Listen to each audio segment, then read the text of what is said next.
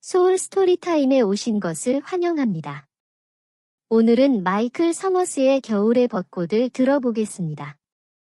전쟁, 우정, 사랑의 감동적인 이야기입니다. 지금 시작합니다. 오전 5시에 이지 컴퍼니의 5개 포위소대, 150명의 전투 피투성이 보병이 존즈 대령과 카얼선 대위를 둘러싼 반원형으로 섰습니다. 아침에 흐린 날씨에도 태양이 지평선을 갈라놓기 1시간 전, 한국 여름의 불편한 더위와 습기가 그들을 지치게 했습니다. 그들은 불안한 표정으로 반원형으로 꼿꼿이 서 있었습니다. 그들은 몸이 길고 피곤해 보였고, 진흙투성이에 녹색 군복을 입고 옷처럼 위장했으며, 시체의 망토처럼 몸에 매달려 있었습니다. 그리고 이 사람들을 고향의 벌목군, 채집군, 강철 노동자, 못 박는 사람, 대학생들과 구별되는 것은 수류탄, 칼, 총알, 소총, 기관총이 그들의 짧고 키가 크고 마른 근육질의 뚱뚱한 몸을 장식하고 있다는 것입니다. 존스 중령은 땅딸막한 몸을 이제 중대 앞으로 내밀었다. 그는 부츠를 양토지 부가시아 땅에 깊이 파묻고 앞으로 비틀거리며 싸울 준비를 하고 150명의 부하들을 내려다보았다. 그들은 10대 후반에서 20대 초반이었고 2차 세계대전 참전 용사 몇 명을 거느리고 있었고 본능적으로 몇몇은 렛마운틴으로 살아서 걸어 들어갈 수 없을 것이라는 것을 알았다. 대령은 죽음을 상상할 수 없는 젊은이들을 감사하게 여길 만큼 총격전을 많이 치렀다. 그래도 그는 일요일 아침 축구처럼 많은 사람들이 그가 중대를 다시 보기 전에 죽을 것이라는 것을 확신했다. 싸움에 적합한 150명 약하고 강하고 어색하고 두려운 자, 자신감이 있고 불안한 자, 성경을 숭배하는 자와 창녀, 그리고 성경을 숭배하는 창녀는 대령의 추악한 얼굴을 응시했다. 하지만 그들은 추악한 남자의 얼굴을 보지 못했다. 대령은 추악할 만큼 추악하지 않았다. 그들은 그의 얼굴을 믿었다. 왜냐하면 그것은 사기꾼의 얼굴이 아니었고 가면을 쓴 얼굴도 아니었고 금성을 위해 기꺼이 목숨을 바꿀 위선적인 정치인의 얼굴도 아니었기 때문이다. 그들을 응시하는 얼굴은 그들 중 한 명이었고 전투로 단련된 군인의 얼굴, 직사광선의 얼굴, 한때 공포에 질리고 흥분하고 자신감이 넘치고 지쳐 그 정확한 반원에서 그의 명령을 기다리던 얼굴이었다. 그들은 존스 중령이 스포츠를 잘한다는 것을 알고 그를 믿었고 죽음이 기다리고 있다 해도 그들은 빌어먹을 훌륭한 팀에서 싸우다 죽을 것이다. 좋은 아침입니다. 여러분, 대령이 미소 짓지 않은 눈으로 군인들을 바라보며 말하며 마치 그리디언 위에서 벌어지는 또 다른 결승전인 것처럼 말했다. 좋은 아침입니다. 선생님, 그들은 소리쳐 대답했다. 저는 화려한 연설을 할 생각이 없습니다. 화려한 연설을 하기에는 습도가 너무 높고 어쨌든 여러분은 우리가 무엇을 해야 하는지 알고 있습니다. 그리고 한국에서 지난 몇 달이 힘들었다는 것을 상기시킬 필요가 없습니다. 비건 동안 벌어진 모든 전투만큼이나 힘들었습니다. 정말 엄청난 비용이 드는 전투였습니다. 우리는 힘든 시기를 겪었고 훌륭한 사람들을 많이 잃었습니다. 끔찍한 역경 속에서 용감하게 싸우고 나라를 위해 죽은 군인들입니다. 우리는 모두 하동고개, 대전, 마산, 진주, 그리고 부산 방어선을 따라 벌어진 수많은 피비린내 나는 주먹 싸움과 제가 알기로 여기 257고지, 쥐산에서 벌어진 패배에 대해 알고 있습니다. 이곳을 쥐산이라고 부르죠. 제가 아는 한 이 똥구덩이를요. 후아, 후아, 남자들이 소리쳤다. 오늘 우리는 적의 고지를 빼앗기 위해 레드썬더 작전을 시작할 것이고 북한은 싸움 없이 이 점을 포기하지 않을 것입니다. 하지만 앞으로 3일 동안 8군은 이 쓸모없는 레드를 폭격할 것입니다. 그 후로 이 산에 있는 북한 사람 중 평양으로 돌아가고 싶어 하지 않는 사람은 없을 것입니다. 우리의 포병과 네이팜탄에서 살아남은 적은 전장에서 여러분의 총알을 맞을 것입니다. 여러분의 카빈총에서 살아남은 적은 미 육군의 소유가 될 것입니다. 후아, 후아, 남자들이 찬성하며 소리쳤다. 질문이 있으신가요? 아닙니다. 장군님, 남자들은 지휘관에게 다시 소리쳤습니다. 좋아요. 이지의 1소대와 2소대는 칼슨 대위와 서머셋 중위의 지휘를 받을 겁니다. 칼슨 대위, 부하들에게 연설하세요.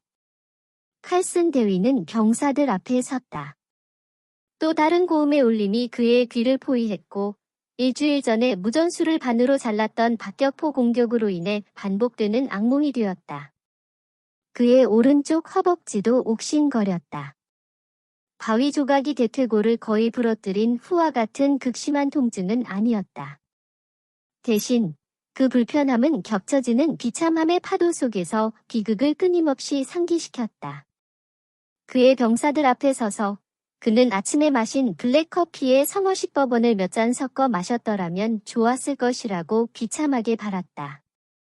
신사님, 그는 고통을 가리며 말했다. 오늘 아침 여러분은 모두 굉장히 괜찮아 보이는데 보이는 것보다 더 심한 냄새가 납니다. 그는 수줍게 웃으며 마음속에서 울려 퍼지는 북한 박격포 폭발의 울림과 쿵쿵거리는 소리 위로 자신의 목소리가 어떤지 시험해 보려고 했다. 남자들은 긴장해서 웃었다. 날씨는 앞으로 이틀 동안 덥고 습하며 비는 내리지 않을 것입니다. 그러나 3일차에는 태풍 사만다의 영향을 받게 될 것입니다. 태풍 사만다는 바람이 불고 폭우가 쏟아질 것입니다. 4일차에는 개구리 엉덩이보다 더 젖을 것이고 산은 무릎까지 진흙으로 뒤덮일 것입니다. 그럼에도 불구하고 이지 컴퍼니는 비가 내리면 정상에 도달하여 파고들어야 합니다. 비가 그치면 지원군이 진지를 해제하여 절실히 필요한 휴식과 재충전을 제공할 것입니다. 선장은 물통에서 한 모금 마셨다. 따뜻한 물은 한라존 정제 맛이 났는데 장티푸스, 콜레라, 뇌염, 지아르디아, 렙토스피라증, 벌레, 그리고 그 밖의 모든 것을 독살하는 끔찍한 맛의 액체였다. 기억하세요, 신사님. 당신은 이 작전의 성공에 필수적입니다. 3, 4, 5소대는 알파, 베이커, 찰리 중대에 재배치되어 구스넥을 통해 공격할 것입니다. 그동안 1, 2소대는 서쪽에서 측면 공격을 수행할 것입니다. 서머셋 중위와 저는 2일간의 행군을 시작하여 마지막 공세를 위한 방어선에 합류할 것입니다. 제군들, 우리는 3일차 1800까지 정상에 도달해야 합니다. 절대 버그아웃은 없을 것입니다. 후퇴 명령은 귀하의 중대와 소대 지휘관에게서 올 것입니다. 총검을 준비하고 사용할 준비를 하십시오. 총검이라는 단어를 듣자 남자들의 배가 뒤집혔다. 총검 싸움을 좋아하는 사람은 아무도 없었다. 그것은 그들 모두를 두렵게 했다. 존스 중령은 다시 돌처럼 굳은 얼굴로 군인들에게 다가갔다. 그는 독일산 피트불처럼 보였지만 공격의 직면에서는 더 사나웠다. 서머셋 중령은 대령과 대위 뒤에 바싹 붙어 서서 스웨거 스틱을 돌리며 싸움을 초조하게 기대했다. 남자들이여, 여기는 우리의 수리바치 산, 노르망디 산, 적에게 가서 하동고개에서 우리 병사들에게 저지른 일에 대한 대가를 치르게 할 때다. 우리는 이 전쟁을 원치 않았지만 얻은 것보다 2배나 더 강하게 반격했다. 상간부들에게 힘들 때 그들이 스미스 특무부대에 저지른 일을 기억하길 바란다. 무장하지 않은 의무병, 사제, 고개와 대전에서 부상자들을 어떻게 쏘았는지 기억하길 바란다. 그들이 대가를 치르게 하길 바란다. 그는 유명한 오른손을 십자가 모양으로 휘두르며 상대의 얼굴에 있는 모든 허약한 뼈를 부수려고 했다. 그는 계속해서 말했다. 힘들 때 남자들이여, 너희가 누구인지, 너희 편에 누가 있는지 기억하길 바란다. 미국 보병들이야. 이제 그 빌어먹을 개자식들을 잡아라. 제겁한 군인들은 누더기 얼굴을 들어올리고 단호하게 소총을 들어올려 복수할 준비를 했습니다. 하지만 아드레날린은 금세 사라졌습니다. 대신 불안이 엄습했고 그들의 배는 두려움으로 기어다니고 다리는 약해졌습니다. 잔혹한 작전이 시작되기 전 언제나 그랬듯이요. 남자들은 작별 인사를 하고 각 소대가 임무를 성공적으로 완수하기를 기원하며 다른 소대의 어깨를 두드리고 사교적으로 포옹하고 굳건하고 남자다운 악수를 나누었습니다. 잭은 로버트, 빅 빌번스, 월터 에버스에게 작별 인사를 했습니다. 그들은 킹중이 휘하의 3소대에 배치되어 구스넥을 통해 공격할 예정이었습니다. 각 남자가 작별 인사를 할 때 그들은 모르는 것에 대한 불안감에 시달렸고 다시 만날 수 있을지 확신하지 못한 채 눈을 휘둥그레 뜨고 상대방의 불안을 너무 깊이 들여다보는 것을 두려워했습니다. 그들의 젊은 얼굴에서 흰 덩굴 무리로 매달린 불안은 3배 나이 많은 남자들의 특징이며 오랫동안 아내와 자녀에 대한 책임에 시달려왔습니다. 수술이 시작되기를 기다리면서 어색한 움직임과 강요된 대화에서 눈에 띄었습니다. 그냥 가서 그것에 대해 생각하지 않는 것이 최선이라고 그들은 생각했습니다. 잭의 6인 분대는 성어식 중위의 지휘하에 1소대에 배치되었습니다. 유진과 퍼킨스는 잭의 분대에 있었습니다. 다른 분대원에는 라이센더 카터라는 20세의 흑인 농부가 있었습니다. 20세의 카터 일병은 조지아주 메이컨 근처의 초라한 돼지 농장에서 몇 푼을 벌기 위해 땀통을 가지고 일했습니다. 5번째 분대원인 윌리 존슨 일병, 혹은 썬더볼트 윌리는 뉴올리언스의 빈민가 서쪽에서 온 늘 웃는 얼굴의 19세의 마른 흑인으로 천재처럼 트럼펫을 연주했습니다. 8살 때 그는 재즈를 배웠고 반짝이는 악기를 어디든 가지고 다녔습니다.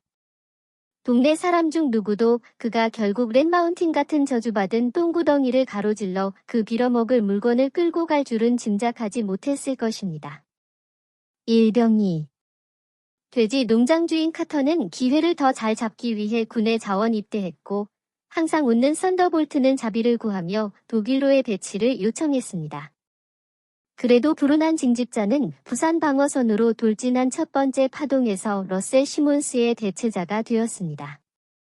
분대의 마지막 남자, 냉소적이고 비열한 켄터키 출신의 PFC, 엘프리드 카우선 3는 남북전쟁에 대한 원한을 여전히 품고 있었습니다.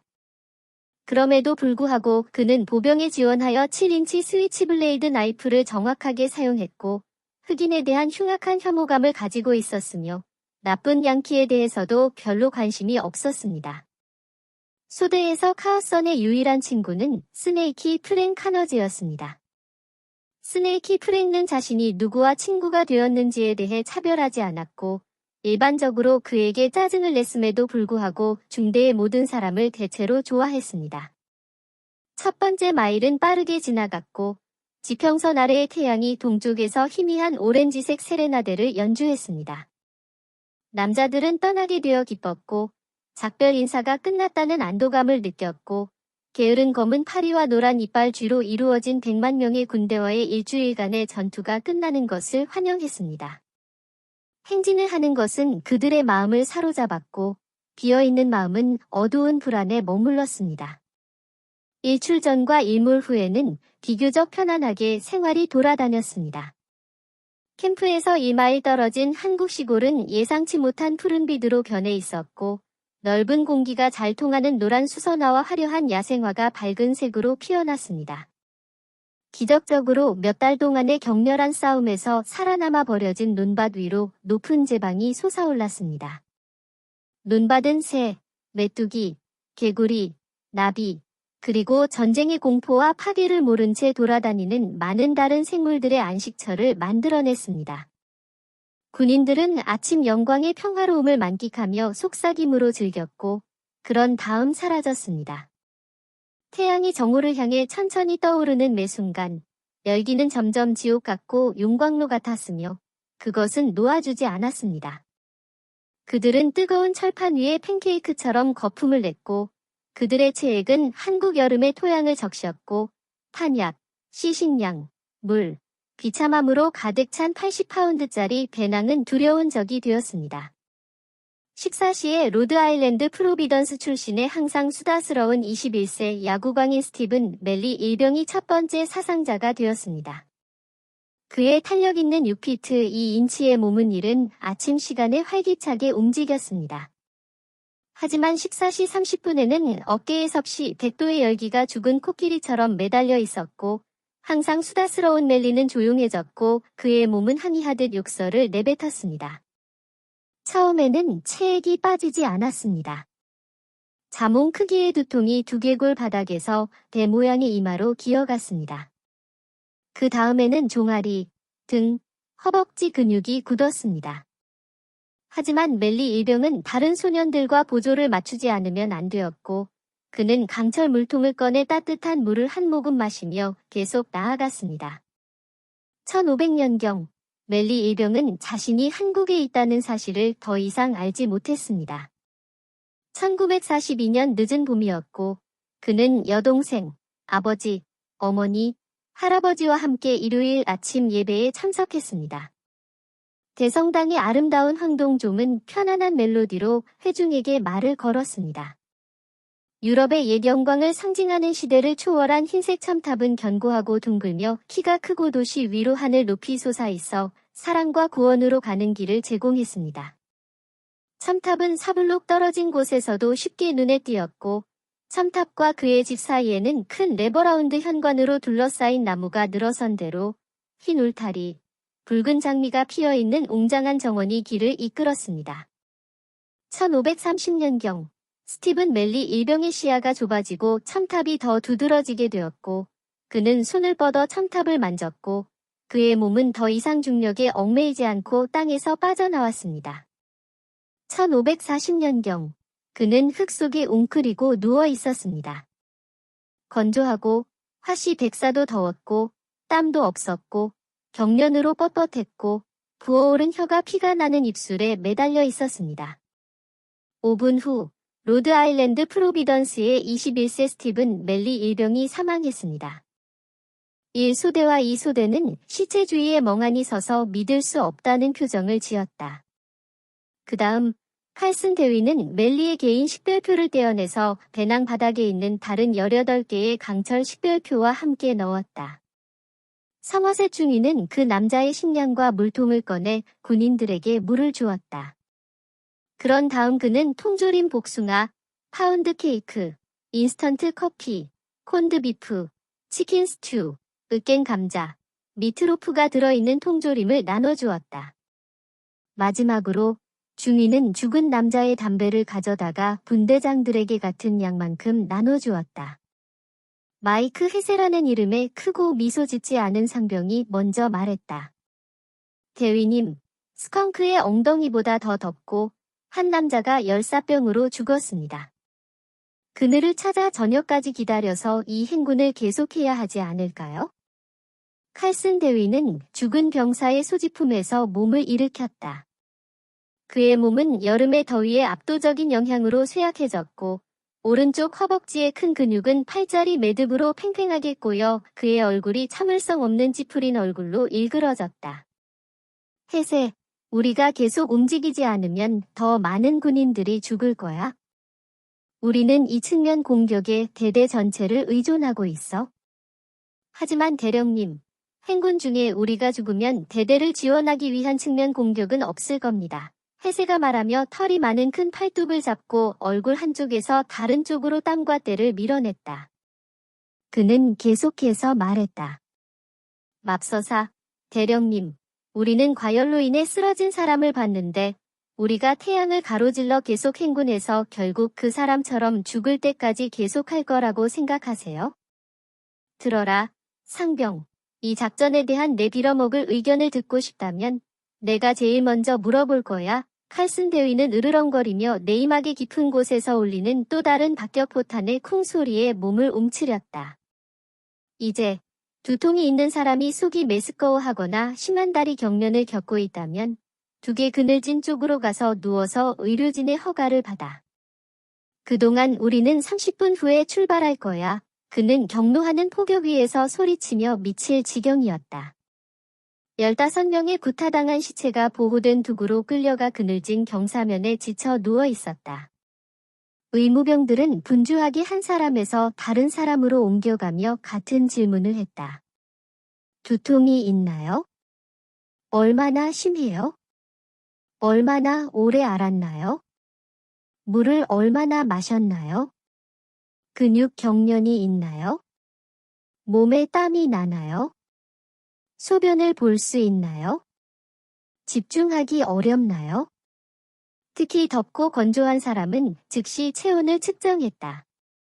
의무병들은 5명이 너무 심하게 탈수되어 더 이상 이동할 수 없다고 판단했고, 그중 2명은 열사병의 초기 징후를 보였다. 그들은 야영지를 마련했고, 건강한 병사 2명이 더위에 시달리는 사람들을 돌보기 위해 남았는데, 그들은 모두 전선으로 돌아와 대대에 재통합할 수 있을 때까지였다. 지친 나머지 사람들은 6시간 후에 계곡 입구에서 야영을 하여 돌아올 수 없는 지점으로 갈 생각이었다. 우리가 돌이킬 수 없는 지점이라 불리는 곳으로 얼마나 더 행진해야 한다고 생각하니 일병 라이센더 카터가 일병 썬더볼트 윌리에게 물었다. 내가 알 수는 없지만 아마 절반쯤은 왔을 거야. 빌어먹을 6시간 더 하고 내일 또 해야지. 이 빌어먹을 군대는 망했어, 썬더볼트. 내 검은 엉덩이에 총 맞고 킬트를 입지 않으면 군대가 킬트를 입으려고 하는 너를 죽일 거야. 라이센더가 빙긋 웃었다. 쉽지 않은 곳이에요. 썬더볼트 윌리가 불평했다. 그 계곡에는 사악한 영혼이 있을 거예요. 그리고 이 모든 무의미한 살인이 그 영혼들을 흥분시키고 화나게 했고 후추 스튜 냄비에 갇히게 했어요. 그 영혼들 중 일부는 악마의 힘을 가지고 있어요. 저는 직접 봤어요. 영혼은 사람이 가진 유일한 정신을 잃게 할 수 있어요. 하지만 아시다시피 유색인종은 백인들처럼 이 모든 살인을 좋아하지 않아요. 결코 좋아하지 않았어요. 오, 예, 아니요. 선생님, 유색인종은 양키가 조지아를 불태웠을 때 많은 사람들이 죽는 것을 보았고, 백인이든 흑인이든 모든 사람들이 굶주렸어요. 노예들은 그 고통에 대해 아무에게도 말할 수 없었어요. 직접 본 사람들 말고는요. 아니요, 선생님. 그들은 너무나 많은 살인을 보았고 그저 말하는 것만으로 그들을 미치게 만들지 못했어요. 모든 사람은 늑대에게 던져지게 마련이고 살아남을 수도 있고 그렇지 못할 수도 있다고 말했다. 그렇습니다. 선생님, 이 삶은 안개 속의 지뢰밭을 걷는 것과 같고 언제 당신을 지옥으로 날려버릴 무언가를 밟을지 모릅니다. 저는 어렸을 때 한국이라는 빌어먹을 곳을 들어본 적이 없습니다. 그런데 저는 지금 한국에 있습니다. 착한 사람들이 총에 맞고 폭발하고 온갖 질병으로 죽는 것을 지켜보고 있습니다. 우리는 불쌍한 멜리가 일사병으로 죽는 것을 보았습니다. 그의 혀는 저주받은 입에서 매달려 있었고 큰 푸른 눈이 그의 머리 뒤로 굴러 들어갔습니다. 저는 절대 이런 헛소리를 믿지 않았을 겁니다. 그렇습니다. 선생님. 저는 한국에 대해 들어본 적이 없습니다. 그리고 우리는 당신이 말하는 지뢰밭에서 죽을 것입니다. 윌리, 제 할아버지는 인생은 반격으로 가득하다고 가르쳐 주셨고, 그래서 당신은 당신의 조건에 따라 살고 싶어 하고 그것이 당신을 통제하게 두지 않습니다.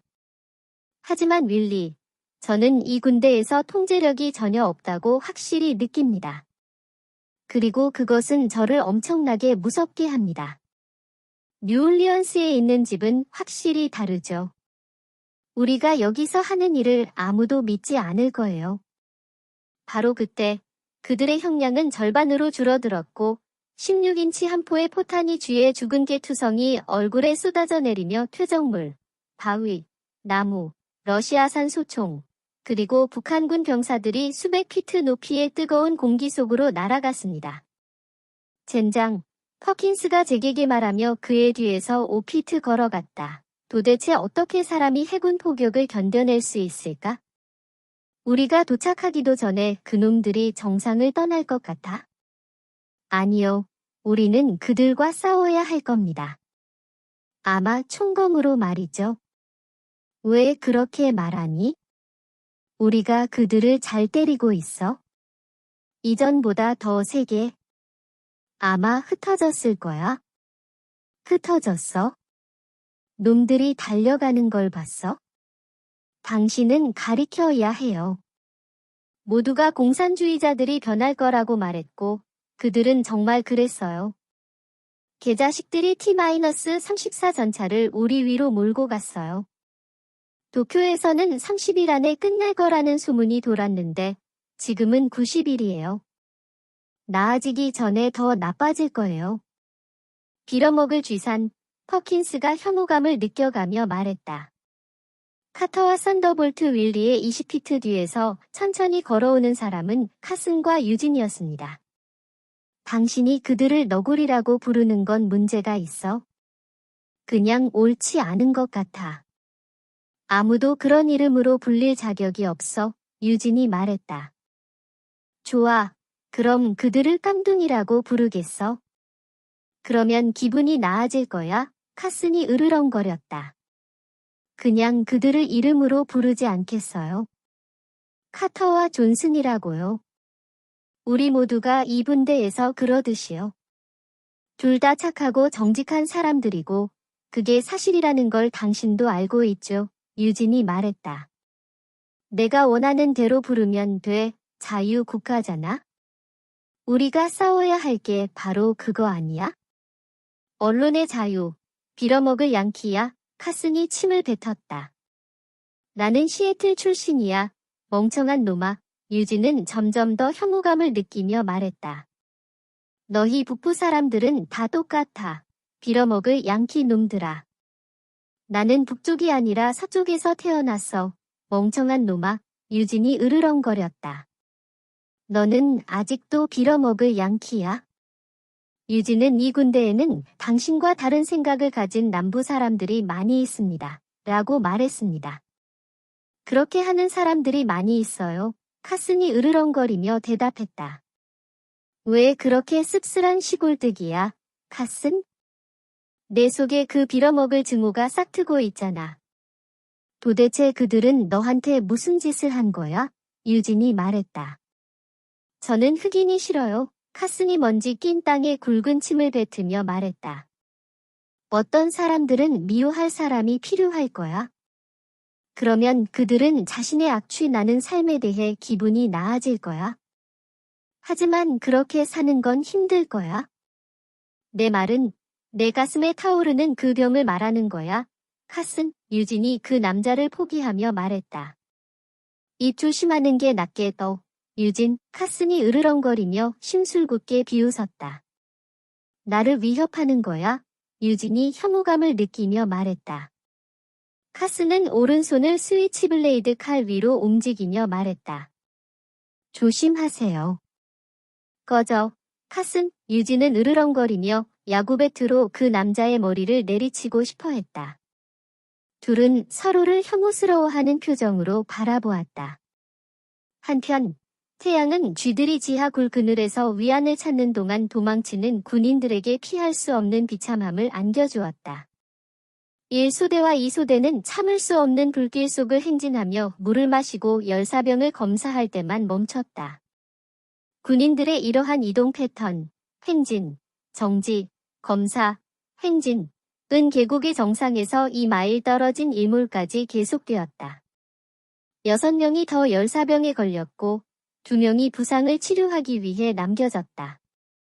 따라서 일광전에 출발한 48명의 군인 중 38명이 건강하게 남았다.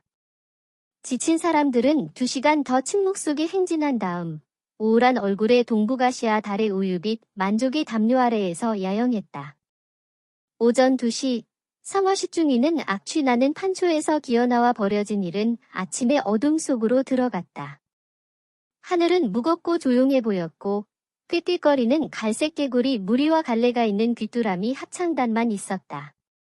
숲속에서 매일 저녁처럼 코를 고는 사람들은 역겨운 셰익스피어 찬송가를 불렀고 중이의 기분은 우울한 혐오감으로 오염되었다.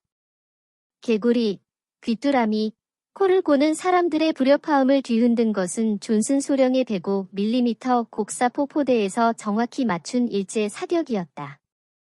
35파운드 포는 매시간 침묵을 찢으며 포탄이 쥐산 정상에 격렬하게 떨어지면서 하늘을 갈기갈기 찢었다. 성어시 중이는 14세기에 지어진 농경용 두기에 수백 피트를 걸어가 남자들의 끔찍한 코골이 소리를 피했다. 그는 80파운드짜리 배낭을 땅에 내려놓았는데 두개 구비가 넓은 논으로 이어졌다. 논 너머에는 쥐산 기슭을 둘러싼 구릉이 숄처럼 펼쳐져 있어 구불구불한 지형의 매혹적인 배경을 만들어냈다. 그는 이슬이 맺힌 땅에 웅크리고 달의 따뜻한 빛을 바라보며 생물학적 리듬이 그를 편안한 잠에 빠지게 할 때까지 야행성 세계에 만족스럽게 귀를 기울였다. 오전 3시에 그는 더 많은 포격 소리와 지평선을 향해 후퇴하는 달에 깨어났다. 그는 태평양 멀리서 어둡고 근육질의 폭풍 구름이 형성되는 것을 알아챘고 다가오는 태풍으로 인해 대기 난류가 증가하고 있음을 알렸다. 포병대는 10분 동안 몇 마일 떨어진 정상을 체계적으로 폭격했다. 그럼에도 불구하고 번쩍이는 폭발음은 평화와 고요함, 그리고 차분함으로 그의 고갈된 감각을 삼켜버린 달빛이 비치는 낙원의 작은 조각과 이상하게 분리되어 있는 것처럼 느껴졌다. 일리노이주 피오리아 출신의 금발 베테랑인 클라렌스 성어세 중위는 2차 세계대전 때의 참전 용사로 일본에서 한국으로 급히 이동하여 공산주의자들을 막았습니다. 군대는 공산주의자들을 막으라고 명령했습니다. 구식 2.58인치 로켓은 러시아의 T-34 전차의 상대가 되지 않았습니다. 공산주의자들을 막으라고, 빌어먹을 공산주의자들을 막으라고 군대는 그에게 명령했습니다. 대구에서 싸우다 죽었습니다. 하동 고개에서 싸우다 죽었습니다. 진주, 포한동, 낙동강을 따라 싸우다 죽었습니다. 공산주의자들을 막으라고 장군들은 명령했습니다. 빌어먹을 공산주의자들을 막으라고. 일리노이주 피오리아의 클라렌스 성어세 중위는 14세기 농경지 제방 위에 앉아 700년 된 조선시대 논과 담배 연기가 자욱한 쥐산의 배경을 내려다보았다. 그는 탐욕스럽게 커피와 새 담배 한 갑을 꺼내 이 보물들을 소중히 여기고 타락적으로 손에 쥐었다. 마약 중독자의 황홀경에 대한 기대가 그를 행복으로 가득 채웠다. 그는 평화, 평온, 고독이 30분만 지속된다면 좋겠다고 생각했다. 그는 80파운드짜리 팩을 작은 불을 숨기기 위해 배치했습니다. 그것은 12명이 웃는 얼굴에 흥겨운 사람들로 폭발했습니다. 그는 그들이 댄스 플로어를 가로질러 움직이는 것을 경외감에 차서 지켜보았고 그들이 지나가는 모든 것을 삼켜서 결국 밝게 타오르는 숫더미가 되었습니다. 그는 금속 컵을 불씨 옆에 놓고 천천히 갈아진 커피콩을 저어주었고 부드럽게 올라오는 거품이 음료가 준비되었다는 신호가 되었습니다. 오, 맞아요. 그는 거품이 취해서 수면으로 떠올라가는 것을 보고 신음했습니다. 그는 불에서 커피를 꺼내 오른발로 불씨를 눌렀습니다. 그는 무거운 캔버스 가방에 기대어 누워 체스터필드에 불을 붙였고 달콤한 미국산 담배를 깊이 빨아들이고 뜨거운 조잔을 입술로 가져갔습니다. 오, 좋은 여자야. 너는 아직도 너무 섹시하지. 그렇지, 자기야? 그는 어둠 속으로 말했다. 그는 다시 한번 빼앗긴 혀로 커피 표면을 핥았고 또 다시 혀가 뒤로 물러나 타들어갔다. 오, 당신은 얻기 힘든 척을 하고 있어요. 나를 미치게 만들려고 하는 거죠. 내가 고쳐줄게요. 당신이 날 지켜봐요. 그리고 불안한 눈이 이상하게도 박탈당한 변태성을 관찰할 수 없는 어둠 속에서 중위는 뜨거운 커피에 계속해서 불었습니다. 하우, 하우, 하우. 마침내 그는 조를 코에 대고 깊이 들이마시며 고향의 풍부하고 흙냄새가 나는 냄새를 즐겼습니다. 아가씨, 당신 냄새가 좋아요. 정말 빌어먹을 정도로 좋아요. 그는 큰 소리로 말하며 컵을 다시 입술에 가져갔습니다. 오, 당신은 정말 훌륭하게 맛있어요. 내가 생각했던 것보다 더 맛있어요. 그는 신음하며 두 번째 한 모금을 마셨습니다. 무리 뒤에 앉아있는 게 당신이신가요? 소머셋 중위, 어둠 속에서 한 군인이 소리쳤다. 시발. 중위가 소리치며 왼쪽으로 돌아서서 뜨거운 커피 한 잔을 군복에 쏟았다. 누가 거기 가는 거야? 그는 알아볼 수 없는 인물에게 소리를 질렀다. 죄송합니다. 선생님. 피어스 상사입니다. 소변을 보려고 했는데 당신이 배낭을 메고 두 위로 걸어가는 것을 보고 당신과 아이들을 위해 뜨거운 커피를 만들었습니다. 한 잔 가져왔습니다. 선생님. 개자식, 피어스, 문을 열 때 두드리는 법을 모르니? 너 때문에 내 커피 쏟았잖아, 젠장. 정말 죄송합니다, 선생님. 한 잔 더 주세요. 바지를 말릴 무언가를 가져다 드릴까요? 내 바지는 여디나 먹어, 피어스. 어쨌든 수술에 대해 얘기하고 싶어. 가서 너한테 줄 컵을 가져와. 빨리 여기로 돌아와. 잭은 야영지로 떠났다. 그러는 동안 존슨 소령의 마지막 35파운드 포는 0400의 대포를 쏘았고 1초 후 포탄이 레산에 충돌했다. 멀리서 작은 오렌지색 불이 타올랐고 천둥 같은 폭발이 가라앉자 두 위에 다시 평온함이 편안하게 자리 잡았다. 중위는 체스터필드 담배를 한 대 더 피우고 신선한 커피 한 잔을 마시며 레산 전체에 작은 오렌지색 불이 무질서하게 모여 타는 것을 지켜보았다. 잭은 자신의 뜨거운 컵을 가지고 돌아와 소머셋 중위 옆에 앉았다. 두 사람 모두 말을 하지 않았다. 중위는 침묵을 끌어내려고 했지만 잭은 중위가 침묵을 깨기를 바랐다. 마침내 커피를 반쯤 마신 중위가 입을 열었다.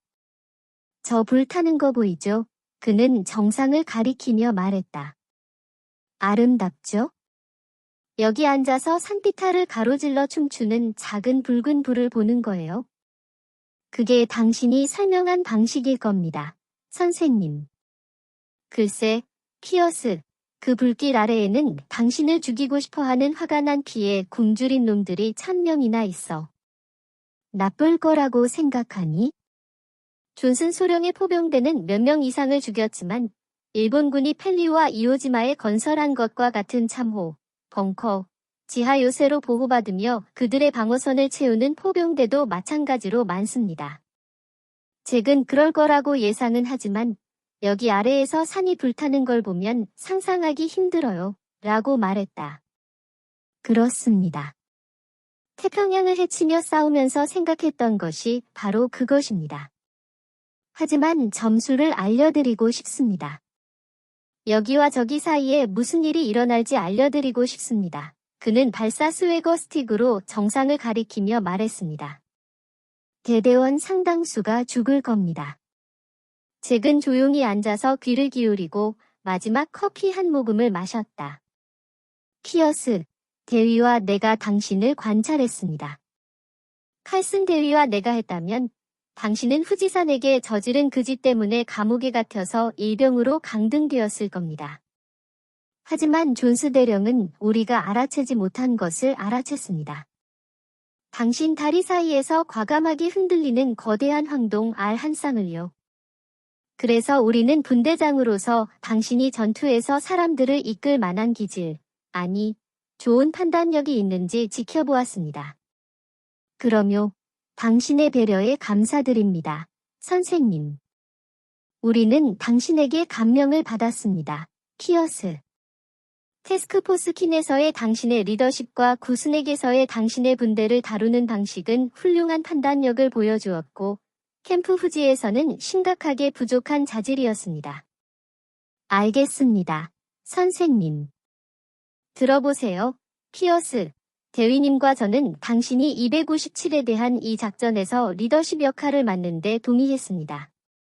그리고 칼슨 대위나 저에게 무슨 일이 생긴다면 우리는 당신에게 소위로의 현장 위임장을 줄 것입니다. 감사합니다. 선생님. 하지만 저는 제 분대와 함께 있는 게 더 좋습니다. 저는 그 사람들과 편안합니다. 하지만 필요하다면 제 명령을 따를 겁니다. 고맙습니다, 상사님. 이제 야영지로 돌아가서 다른 사람들을 깨우세요. 선장님은 4시 30분까지 이곳을 나가고 싶어 합니다. 예, 선생님. 소울 스토리타임을 시청해주셔서 감사합니다. 오늘의 이야기가 마음에 드셨다면 좋아요와 구독을 눌러주세요. 매주 별표 월요일, 수요일, 목요일, 토요일 별표의 새로운 이야기로 찾아뵙겠습니다. 다음 이야기까지 행복한 시간 보내세요. 그럼 안녕.